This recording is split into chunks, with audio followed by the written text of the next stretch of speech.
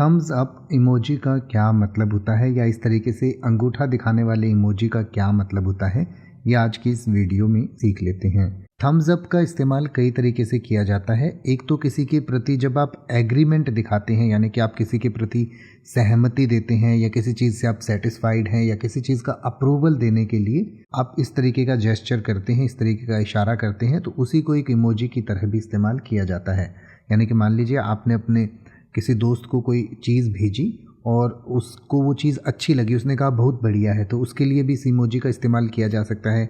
या वो किसी चीज़ से सहमत है, यानी कि जैसे आपने कहा कि चलो कल घूमने चलते हैं और वो ये इमोजी भेजता है थम्स अप वाला, तो इसका मतलब कि हाँ ठीक है चलते हैं, तो इसका ये मतलब होता है। तो इस इमोजी का मतलब आपका अप्रूवल भी होता है, एग्रीमेंट भी हो सकता है, सेटिस्फैक्शन भी हो सकता है।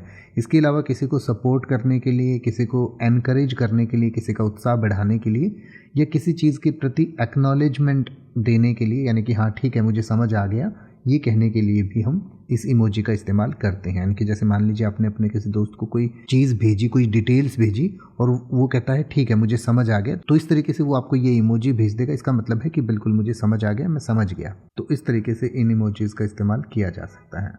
अब आप ऐसे ही किसी भी वर्ड का मतलब हिंदी और इंग्लिश में YouTube पर सर्च कर सकते हैं। आपको मेरी वीडियो मिल जाएगी जिसमें आप बिना किसी फालतू बकवास के सीधा उस वर्ड का मतलब समझ पाएंगे। तो ऐसी ही वीडियोस को देखते रहने के लिए चैनल को सब्सक्राइब करें और बेल आइकन को प्रेस करें।